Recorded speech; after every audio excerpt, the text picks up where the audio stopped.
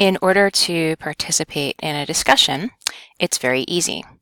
So the first thing you would do is go to your homepage, and then on the left side you have lots of choices.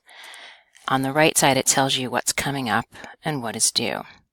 So you can either go to the discussion on the right side where it's due, or you can hit discussions on the left, and then let's see, the next discussion due is here. So let's hit discussion number 3.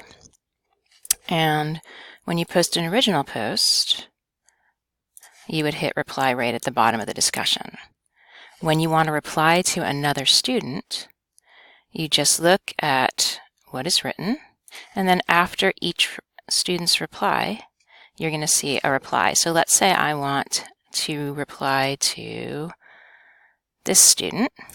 I would simply hit reply, and then right below it'll create a new window, and I can type my reply in here.